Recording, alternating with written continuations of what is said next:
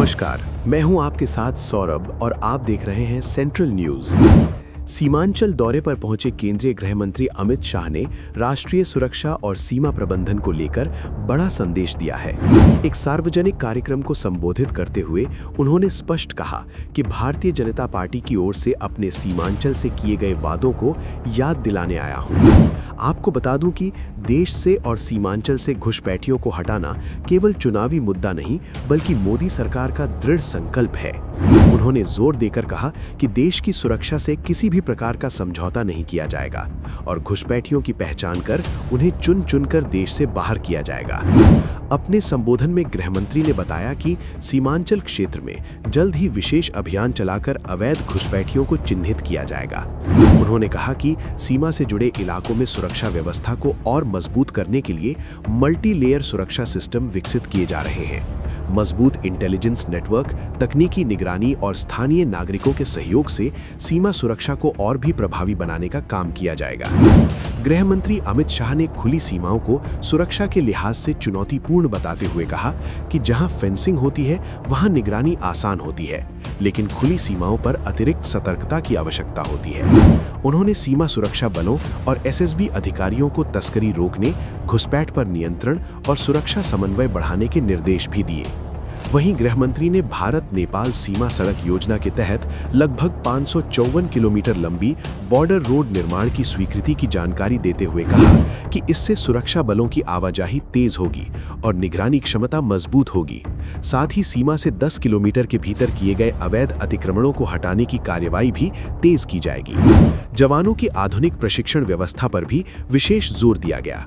राजनीतिक संदेश देते हुए गृह मंत्री अमित शाह ने पश्चिम बंगाल चुनाव को लेकर भी बड़ा दावा किया। उन्होंने कहा कि बिहार में घुसपैठियों के मुद्दे पर जनता ने एनडीए को बहुमत दिया है और अब बंगाल की जनता भी बदलाव चाहती है।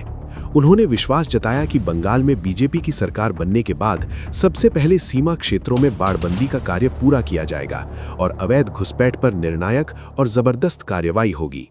सीमांचल से दिया गया ये संदेश स्पष्ट करता है कि केंद्र सरकार सीमा सुरक्षा, अवैध घुसपैठ और राष्ट्रीय सुरक्षा को लेकर आक्रामक रणनीति अपनाने की तैयारी में है।